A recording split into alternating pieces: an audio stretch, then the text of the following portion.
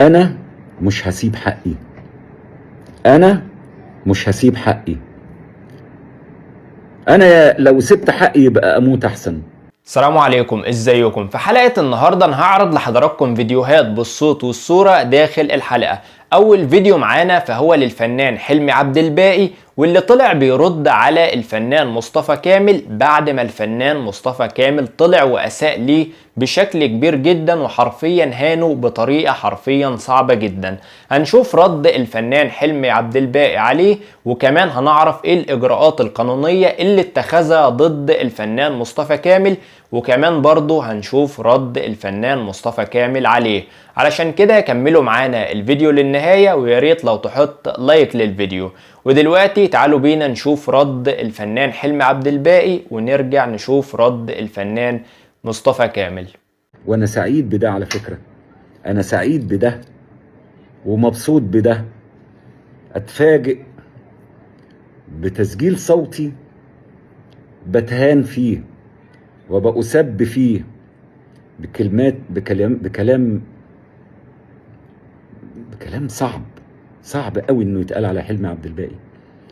لان انت عارف ان انا جدع، وعارف ان انا راجل، وعارف ان انا مش جبان. لما وقفت معاك ساعة الانتخابات ولفيت بيك مصر كلها، كان الفضل لربنا، ثم انا ثم ناس اخرين. ايه اللي يخليني اتغير؟ ايه اللي يخليني يحصل كده؟ عشان الناس دخلت في ودانك ده حلمي بيعمل كده، حلمي بيخدم الناس علشان عايز يبقى نقيب، عشان مش عارف ايه. للأسف الشديد انت سمعت وتعاملت معايا بعد كده على هذا المنطق، بهذا المنطق.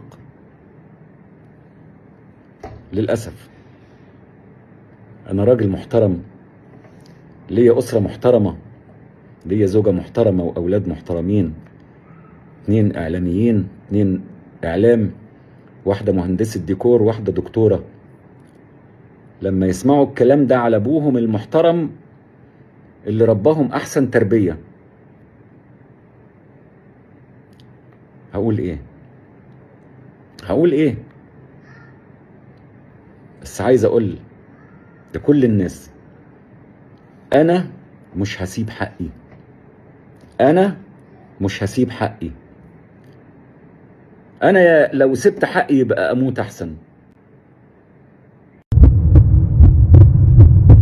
ده كان اول رد للفنان حلمي عبد الباقي على مصطفى كامل بعد المقطع المسرب لمصطفى كامل، وهو بيهين الفنان حلمي عبد الباقي حرفيا بكلمات فيها اساءة كبيرة جدا للفنان حلمي عبد الباقي. طيب تعالوا بقى دلوقتي نشوف رد الفنان مصطفى كامل عليه، وبعدها على طول هنعرف ايه الاجراءات اللي اتخذها الفنان حلمي عبد الباقي ضد مصطفى كامل. بقالي فترة كده بيوصلني ان في ولد من اللي كانوا دخلوا معايا النقابة في اول سنة 22، وما طولش معايا 20 يوم اول ما كلنا علمنا بنيته الوسخة والحقيرة، وانه طالع زيه زي اي حد يسرق. الولد ده متزعم دلوقتي شلة عصابة بيشتغلوا مع واد بتاع اي عمال يسجل في اصوات، وبيشتغلوا مع بعض، والحمد لله تم اتخاذ كل الاجراءات القانونيه. انا كنت سايبك قاعد يقفل الصفحه ويفتحها ويقفل ويفتحها، بس الحمد لله تم رصد كل حاجه، والبلاغات في وزاره الداخليه، ولسه البلاغات الثانيه، والبلاغ اللي جاي اتهام باسمك انت، لان احنا لقيناك بتبعت رسائل كمان على الواتس للزملاء. فبقالنا فتره يا جماعه كبيره جدا، مجموعه كل اللصوص اللي كانوا مال اليتامى ودمروا النقابه واستلمت منهم النقابة عبارة عن عشة فراخ لا تليق بأرباب السوابق. حتى عازز عليهم السرقة، وعازز عليهم الوضع اللي وصل له المسقيين. فابتدوا يعملوا ايه؟ الحكاية مصطفى كامل، هدفنا مصطفى كامل، يعني الهدف مصطفى كامل، وكأن مصطفى كامل لو نزل الواد هيطلع هو والشلة دي هتسرقه تاني. لا يا عبيط، لأن الجمعية العمومية فهمت والناس عرفت ان بقت في كيان كان منهوب، مش كان مسروق، ده كان منهوب، ده كان متقطع. المكان اللي كان فيه الكنب الاسود والحيطان اللي بيجري عليها الحشرات، اقسم بالله العظيم، اقسم بالله العظيم، اقسم بالله العظيم ان انا من اول ما رجلي دخلت نقابه المهن الموسيقيه في دورتي دي، اقسم بالله ان كل زملائي بلا استثناء فيما عدا كل من رميته بره، من اول المندوب لغايه اللي انتوا عارفينه، كل اللي جلس معايا في مجلسي اخويا وحبيبي وبحترمه وبحبه وبيننا كل تقدير واحترام. عند ما بلاقي غلط، احنا عندنا شؤون قانونيه دلوقتي، عندنا مستشارين محترمين جدا من مجلس الدوله، بحقق في اي واقعه فيها خطا او فيها تجاوز في حق الموسيقيين. انما يا ابني مش مصطفى كامل اللي يقعد مع حد ويبقى بيشتم فيه. وبعدين لو انت معاك الحاجات دي ازاي وانت ماشي معايا؟ انت كل اللي قعدته معايا 30 يوم، طب ازاي الحاجات دي دلوقتي؟ الكلام ده كله يا جماعه اقسم بالله شغل عصابه قاعده دلوقتي مكرسه كل جهدها لان هي تشتغل AI وتجيب صوتي، وانا صوت اي فنان زي ما انتم عارفين. اي فنان دلوقتي تعرف تعمل له اي حاجه، لكن بامر الله اجهزه البحث في وزاره الداخليه شغاله عليكم، شغاله على المجموعه كلها. كل الرسائل اللي انت بعتها لناس واتساب واللي انتم بتبعتوها لبعض بامر الله هتتجابوا. دكتور علاء سلامه اخ وحبيب وصديق. مين تاني قالوا لي ننزل؟ الاستاذ منصور هندي اخويا اللي شاركني النجاح والفلوس. الاستاذ خالد بيومي.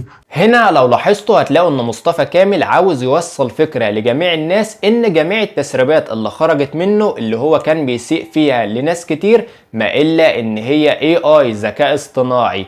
وهنا هو بيعمل كده ليه؟ علشان حاجتين اتنين. الحاجة الاولى ان هو عاوز يبان قدام الناس ان هو حد محترم وان هو ما بيسيئش لحد ولا بيجي على حد. والحاجة التانية علشان حلمي عبد الباقي بالفعل قدم بلاغ ضده للنائب العام بيتهم فيه مصطفى كامل ان هو اساء ليه زي ما واضح كده قدام حضراتكم.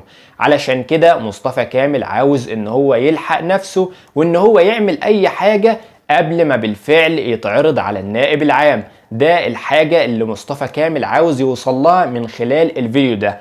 اما بالنسبة للمقطع المسرب اللي هو كان بيهين فيه الفنان حلمي عبد الباقي، فالمقطع حاليا دلوقتي اتحذف من على جميع مواقع التواصل الاجتماعي، وحاليا المقطع ده مش موجود حاليا دلوقتي. لو دورتوا عليه المقطع ده مش هتلاقوه دلوقتي. وهنا يفضل السؤال لحضرتك، تفتكر البلاغ اللي قدمه حلمي عبد الباقي ضد مصطفى كامل يا ترى هتكون النتيجة بتاعته ايه؟ يا ريت تجاوبني في التعليقات، ويا ريت لو وصلت لحد هنا تدعم الفيديو ده باللايك بتاعك الجميل، ويا ريت لو تشترك في القناة، والأهم من كل ده صل على النبي.